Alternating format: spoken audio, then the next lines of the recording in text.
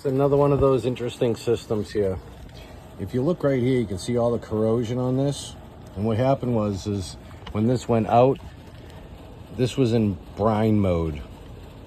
So the customer called me, said that they were having issues with sulfur water in the house. And the reason is because when this filter went off, which is the sulfur filter, this was already in a brine mode, like regenning.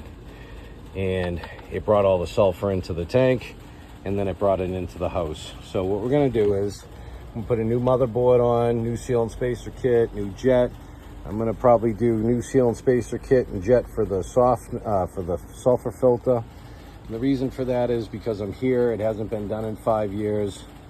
There's no reason to call me here in a month or 3 to put a seal and spacer kit and a jet in this with another service call. So we'll just whack it all out now. Super simple, very affordable. And I'll show you the rest of this. Here's just 2 of the parts. Those are the seal and spacer kits. I just cut this one open so you can kind of see it, how nice and clean it is and everything. I replaced a lot of these. I'm sure this customer kind of indicated they've had other water companies at the house before and felt like they were getting ripped off. Most people will come and say, oh, you need a new system. You don't really ever need a new system unless it's really, really, really in bad shape. I've kept these valves for almost 15 years now, and rebed the tank, or sometimes I replace the tank with a bigger tank because these valves will fit on like 9 or 10 different tanks. There's the old one, and it's pretty nasty. And here's the new one, and you can see where it goes right in. You see the other one too, and if you look, you see how nasty that one is. This is the one that just came out of the sulfur filter. You can see right here on my shirt, see how black it is? That's what was in there, so that was definitely time to be replaced. This is interesting.